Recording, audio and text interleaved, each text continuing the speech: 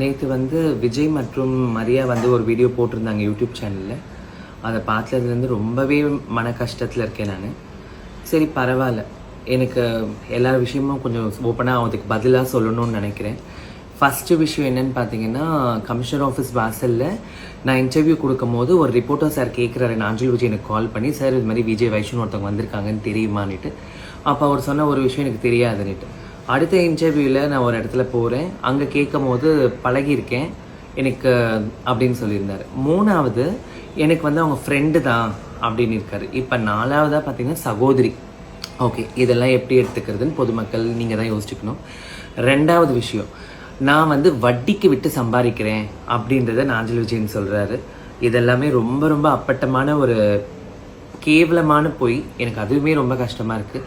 ஏன்னா நான் வட்டிக்கு விட்டால் நான் ரொம்ப நல்லாவே இருந்திருப்பேன். நான் இப்போ ரொம்பவே கஷ்டத்தில் இருக்கேன் ஃபினான்ஷியலி. பட் அதனால் வந்து அதுவுமே ஒரு பொய். மூணாவது, அதுக்கப்புறம் வந்து நாஞ்சில் விஜயன் கேட்டார் 3 லட்சம் கொடுத்ததுக்கு என்ன ஆதாரம்னுட்டு. மனசாட்சி மட்டும்தான் ஆதாரம், காதல் மட்டும்தான் ஆதாரம். நான் வேறு எதையும் சொல்ல விரும்பலை. ஏன்னா நான் உங்களை நம்பி கொடுத்துருக்கேன். உங்களுக்கு மனசாட்சின்னு ஒன்று இருந்ததுன்னா அந்த பணத்தை கொடுங்க.